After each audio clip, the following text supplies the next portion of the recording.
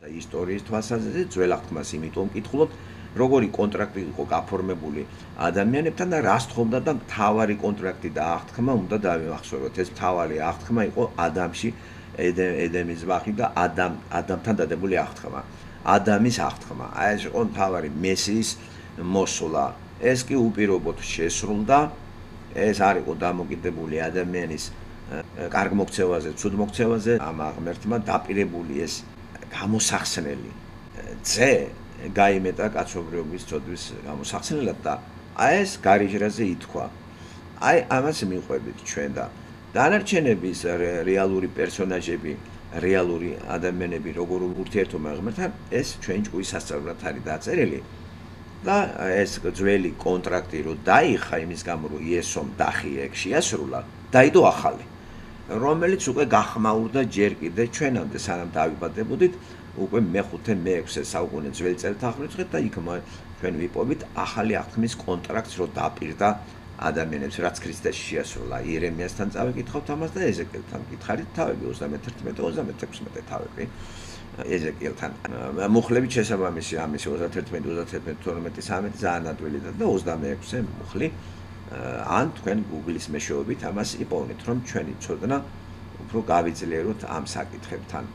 ეს ერთობრთულის ეპოქაში ვართ ჩვენ ამ მხრივ. ხო, გადატვირთულია ჩვენი ცხოვრება ნებისმიერი იმით. აი ჯერ მარტო ინფორმაციით ვართ დაგრუზული. მე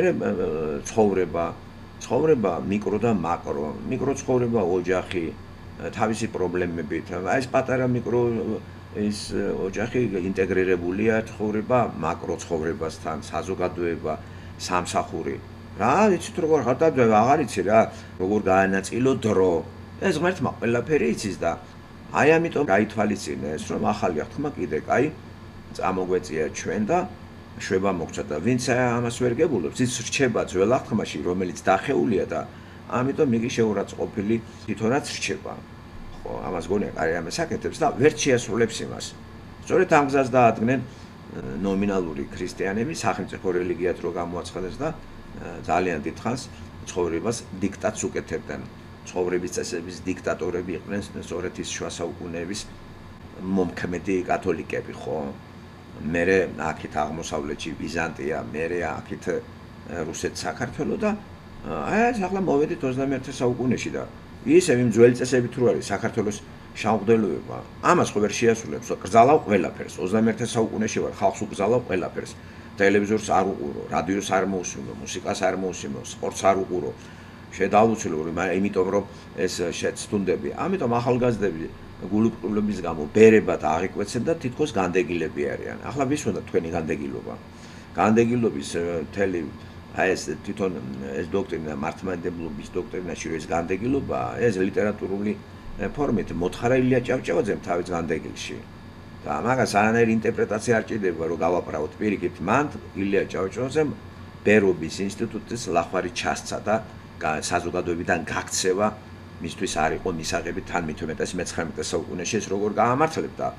ხო, რომ საზოგადოება გამოსაფხიზლებელი იყო წერა კითხვა არავინ არ იცის და ამ ყრუ რელიგიას კიდე რომელიც პირდაპირ იმპერიის სამსახურში იყო ჰუმანისტი მწერლები ილიას მეშვეობით პირდაპირ ამას ებრძოდნენ და პარადოქსი იმაში მდგომარეობს რომ ამ დამპალმა რელიგიამ ილიამ იმათ გამოაცხადა წმინდანად რა ილია აკრიტიკებდა ვაჟა აკრიტიკებდა ქართულ სივრცეში აი ამ მართლმადიდებლობას პრავოსლავიას და ამათ ესენი ყავთ ეგა დაღლევებული იმიტომ რომ მოსახლეობაში ხო ეს ქართველობა და საქართველო ამ დროს ილია ზარეკითხები ხო ილია არ იყო არც ამ რელიგიის მიმდევარი და საერთოდ ილია არ იყო მორწმუნე იმ გაგებით საფრთხო წერილი უგვეუბნება ილია იყო ჰუმანისტი დეისტი რომ ათეიზმის ის ფორმა რომელიც მარქსიზმის სახელთან არის გაიგივებული მისთვის მიუღებელი იყო ხო ათეიზმი თორე სოციალური გაგება ჰუმანიზმი რა თქმა უნდა ეს მისაღები იყო და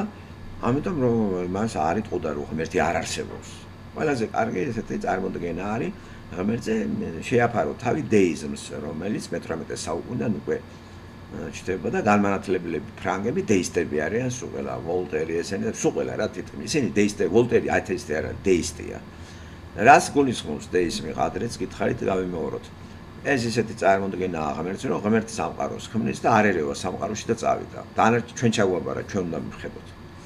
ესე არ არის ბიბლიის თანახმად. ღმერთი სამყაროს რო ქმნის, ადამიანს აჩენს და მასზე დამოკიდებული ღმერთის მითითებით უნდა მოუარო იმას. ის აღთქმა დადებული და ხელშეკრულებაა და ვიცით რა დაირღვა სამოთხის ბაღში. ასე რომ დეიზმი არასწორი შეხედულებაა. დეისტები სწორედ გზას უხსნის ათეიზმს. დეიზმიდან ათეიზმამდე ერთი ნაბიჯია და მართლაც მე-19 საუკუნე უკვე ათეიზმია. დაიწყო მაგარი შეტევა ყველანაირი გამოვლენებისა ღმერთის ფორმაზე, ეს პანთეიზმი იქნება, დეიზმი იქნება თუ პანენთეიზმი და მთელი რიგი რაღაცები. განამკვიდრდა ათეიზმი. ღმერთის უარყოფა, რომელიც ჯერ კიდე სანამ ეს მეცნიერულად ჩამოყალიბდება, ჯერ კიდე მე-10 საუკუნეში ხვდებით ამას ძველი წელით აღრიცხვით მე-13 ფსალმის პირველ მუხლში თქვა ბრიყმა თავის გულში არ არის ღმერთი.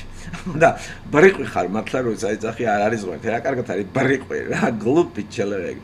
ნერაზომნი, უბრალოდ გონება რო არა გაქვს რა. სამეცნიერო გაგება არა აქვს ამას. აი გაბერილი რო ხარ ცოდნით რამით და აი ესეთი იმით არის წარმოდგენილი ბრიყვი ადამიანი. აი ბრიყვია მაგალითად ვინ გითხათ, აი ყველა ის ადამიანი ინტელექტუალურად ჰუმანურ ინტელექტუალურ დონეზე რო იმყოფება და ღმერთს არ აღიარებს. გლუპია ჩელერეგი. რატომ? იმიტომ რომ ის გულში იძახის რომ არ არის ღმერთი.